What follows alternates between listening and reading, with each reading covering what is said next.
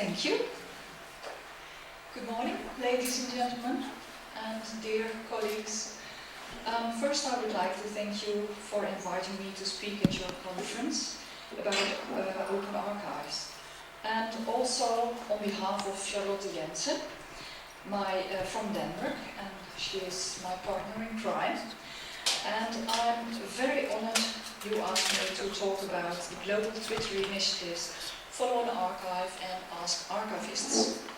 And I hope it is alright with you that I speak in English. But before I start this presentation, I would like to ask you some questions. Who of you had heard or read about Follow an Archive and Ask Archivists before the program of this conference was published? Oh, well, that's nice. Okay. And who follows Follow an Archive or Ask Archivists on Twitter? I think that can better. And a final question. Who joined one of the events organized by Follow an Archive and Ask Archivists? Who even less? Well, I think at the next event you will all be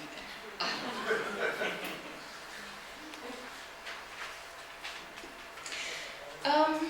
I'm going to tell you something about the history, the past and the future of Follow an Archive and Ask Archivists. And let's start with a little video. It's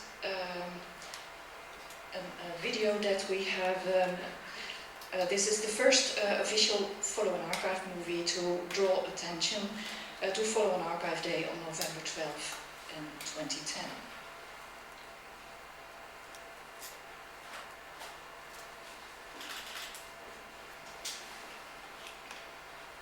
Do you know the feeling that you have forgotten something really important? It is not someone's birthday. It's not someone's anniversary, it's not school reunion, and it's not Christmas. Hi Sarah, so sorry I forgot to give you the memo about the reading room. I'm a real twit.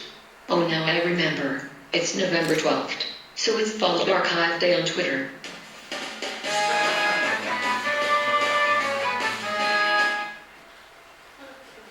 Well, I hope you will also dance when it's our new event.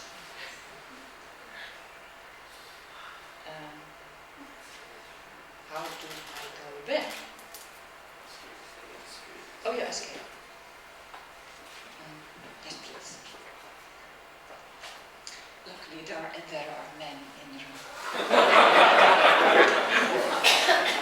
Okay, it's not very free. Also, how did it all begin? Well, everything starts with an idea.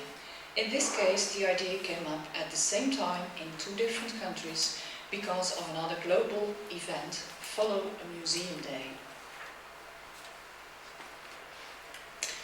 The first Follow a Museum Day was started by Jim Richardson in 2010 and has since then been celebrated on Twitter every 1st February. Museums tweet that day about their collections and their exhibitions.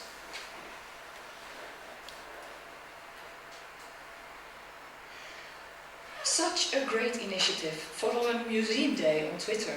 Why not follow an archive? Two souls, one thought, we say in Dutch. And the English proverb is great minds think alike. I like that one too.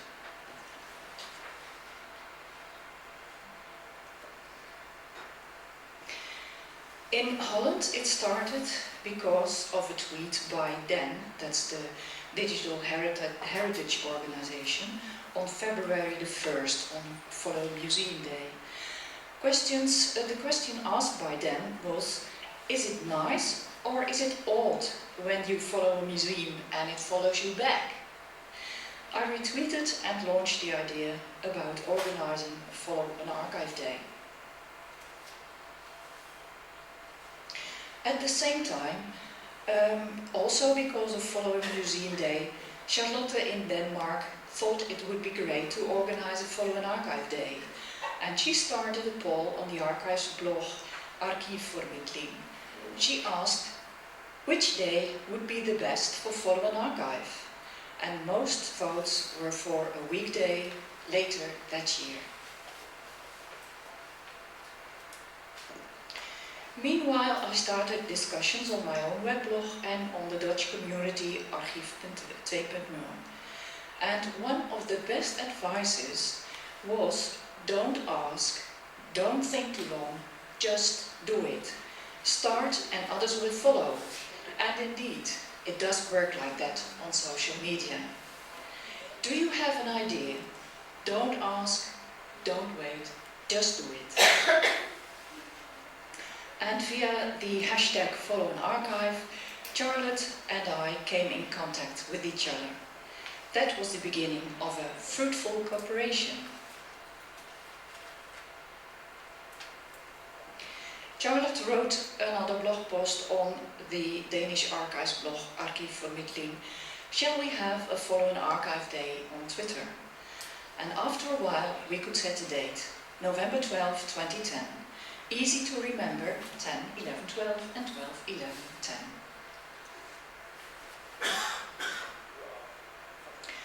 And after we had set a date, in November 12, 2010, we created a Twitter account. And of course, with a lot of archives in boxes to follow. And we started a weblog to organize Follow an Archive Day. But there is more to do. Such as write blog posts and do interviews, promote on social media, make lists of archives on Twitter, and that were archives in several parts of the world. And at that time there were not so very many, now there are a few more, of lots of more. And design a QR code, a banner, sticker, poster, and make a movie, you have seen it. Create a Twitter fountain, starting an archiving tool, and at that time that was Keeper. It doesn't exist anymore. Give suggestions about subjects to tweet about, and start a Facebook page.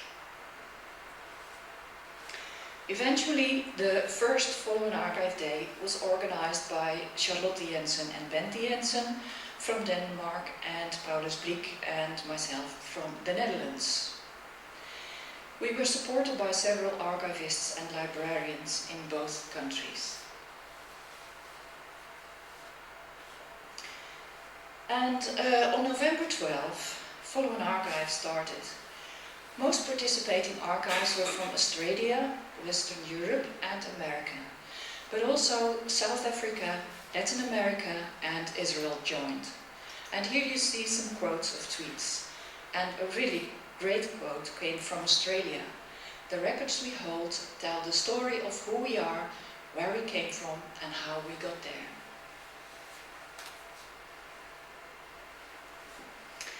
We conducted a little survey that day. Several participants filled in the survey, and most of them were only 1 or 2 years on Twitter. Most of the respondents discovered new archives or archivists to follow and got more followers themselves. Most respondents participated both as part of the jobs and in spare time. And not so many respondents found it a benefit to interact with their users.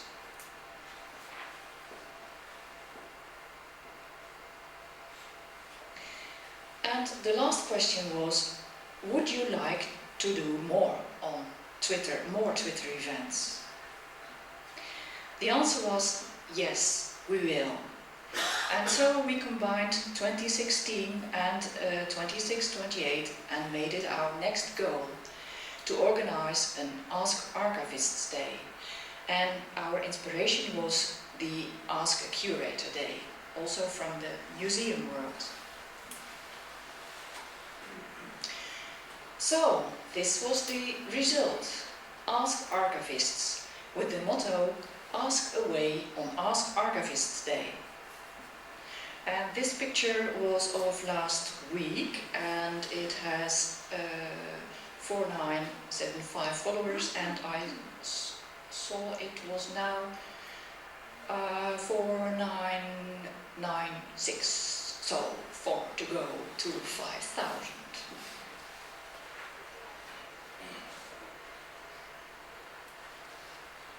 Who will be of you 5,000th follower?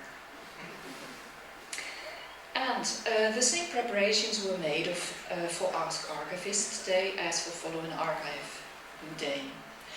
And lots of colleagues wrote posts on their own weblogs or posted announcements on their own websites. We were so happy with so many help to pay attention to the event. Hold on.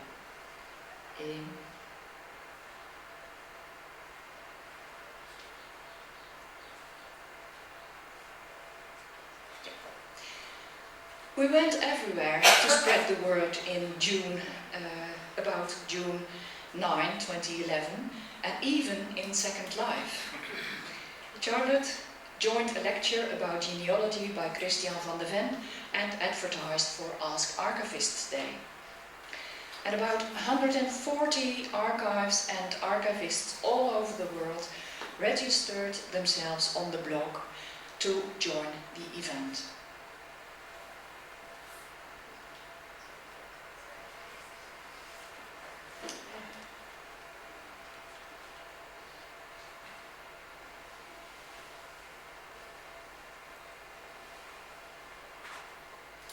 Going the wrong way. Yeah. 3 warming up video. Pardon? 5,000.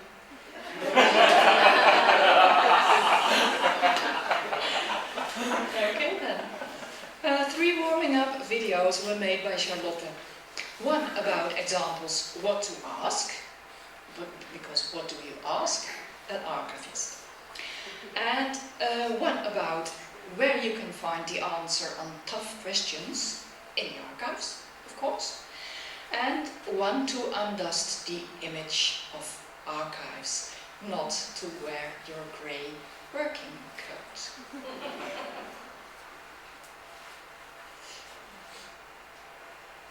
That's a little joke between Thomas and I.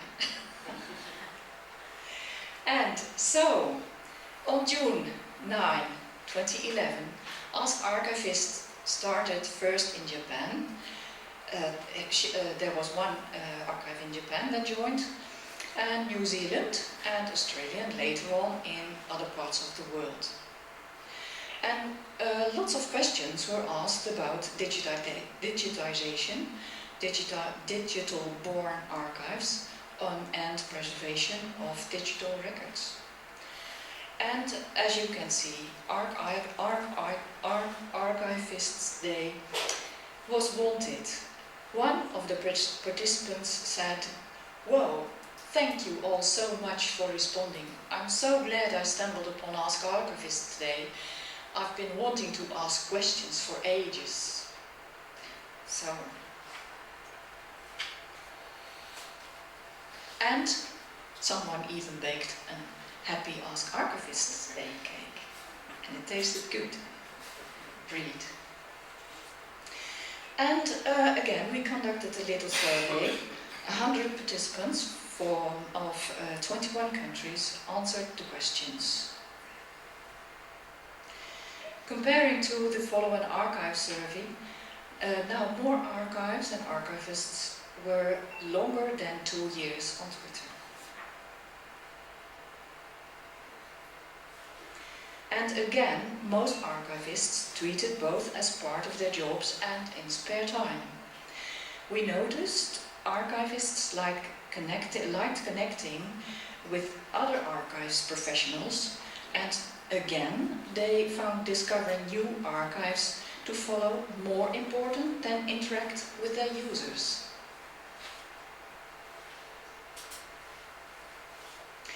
Most archives professionals answered 1 to 5 questions a day, and some didn't even answer one. Most questions were about the collections and, very hopeful, how to become an archivist. And not many questions were about family history were answered.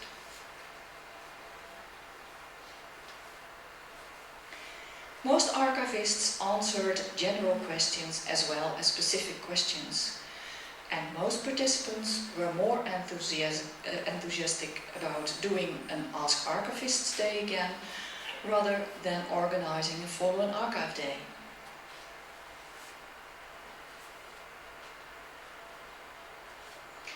So after this outcome, we organized in 2012 and 2013 an event on International Archives Day on June 9, and we will do this year also. Although a tweet day about a specific historical subject was not very popular in this survey, we organized it anyway, and it worked out very well. On Valentine's Day 2012 we organized Love Heritage. Many archives searched and found lots of love in their archives.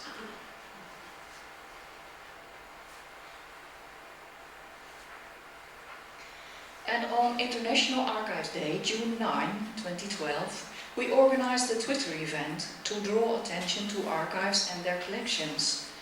It had no specific theme. Archives tweeted about special documents, special visitors, special stories, etc.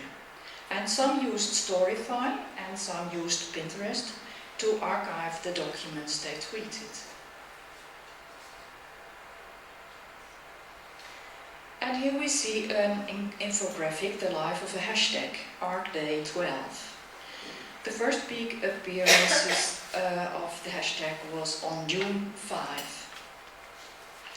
And the second peak was, of the hashtag was on June 9, even as the last peak. And we couldn't get enough of it. On World Animal Day, October 4, we organized a Twitter event, Heritage Beast. Participants discovered lots of animals in their collections and their depots. And even some famous historical animals started tweeting themselves, especially for Heritage Beast. For Love Heritage and Heritage Beast, we invited also other heritage organizations to join. And leading up to International Archives Day 2013, we tried to get Google's attention to create an archives doodle. The activity showed fun and very archival doodles. According to TweetRead, the tag had more than 45,000 impressions. The idea, but unfortunately it didn't work out, but the idea is still good. At least it has shown some creativity in archives. And here you see several doodles made by Charlotte, up left, and two at the right of Bradley Hadland from Australia, and at the left, at the bottom of the dia, two of Thomas Wolfe in his grey coat.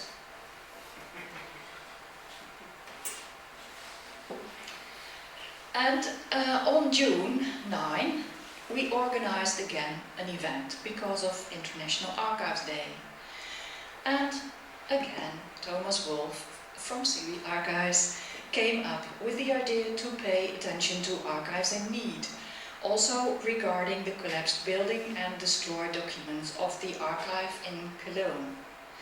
And we learned that day a lot of archives need our attention and support, but fortunately there were also good stories to tell.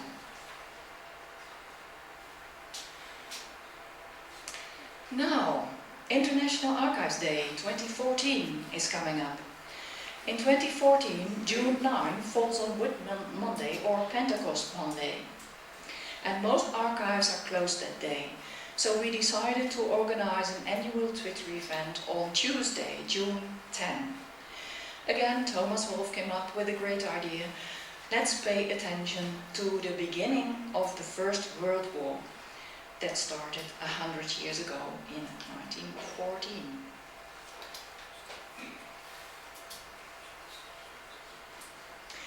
So we asked all archives to search their collections for documents related to the Great War 1914-1918.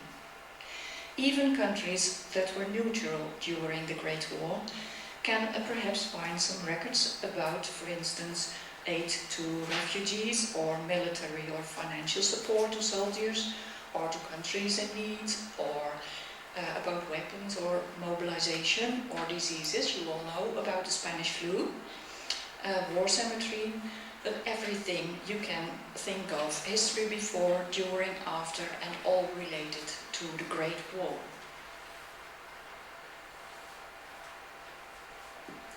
So please, feel welcome to join the next Archives event on Twitter, organized by Follow an Archive and Ask Archivists. Of course, other heritage organizations are most welcome to join. Tweet about the World War I in your collections, and don't forget to use the hashtag WW1Archives. So Charlotte and I are looking forward to meeting you again on Twitter. Thank you very much.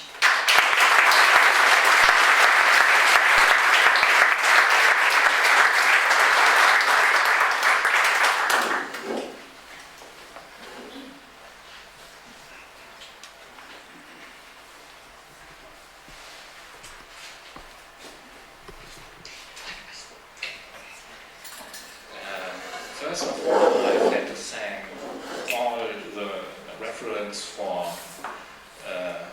their great presentations, for their inspiring presentations, and for something we don't know in German meetings and archives days, for their fabulous time. They all speak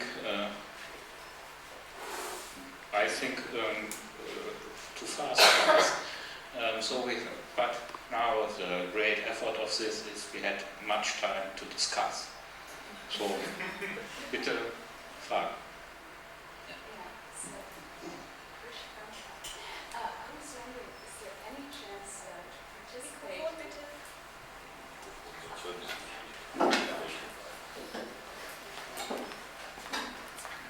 Yeah.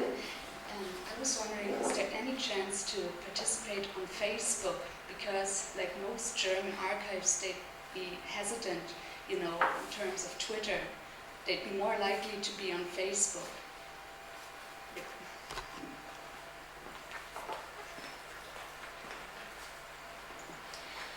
We created a Facebook page for Follow an Archive, but we didn't do so much with it. It is really a Twitter event, but if there is someone who would like to do a Facebook page for Ask Archivists and to brighten up the Facebook page of Follow an Archive, you're most welcome to do so.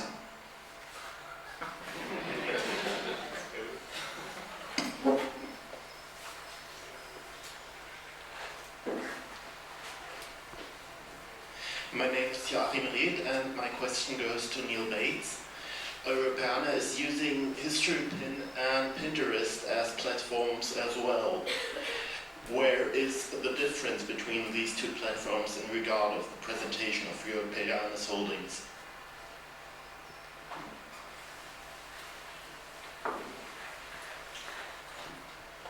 Thanks for your question. To answer that, we use them two completely differently. So we use the HistoryPin platform to bring in the content that we're digitizing via the Europeana 1989 roadshows, and then we bring them into Europeana. So we're using it more of a platform to publish the content that's coming into Europeana prior to that. So we use then Pinterest for kind of promotional activities. So we already use content that's in Europeana, and yeah, they're completely different. I mean, now that Pinterest has enabled a map feature, that's really interesting, and I'm sure that's going to compete with History Pin on many levels. But yeah, we use them completely differently. So we don't really use History Pin as a promotional tool, but rather a platform to publish what we've digitized.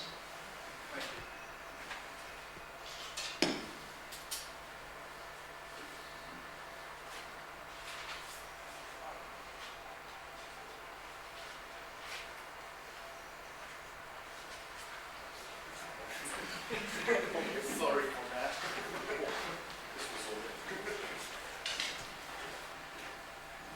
It's not a question, it's just a remark to the presentation of Anna Sobczak. I think we have to take into account, if we use social media strategies in archives, that there is always the part of controlling, as you showed it by your statistics. So it's not just putting in efforts in these platforms, but measuring the outcomes of such strategies, I think.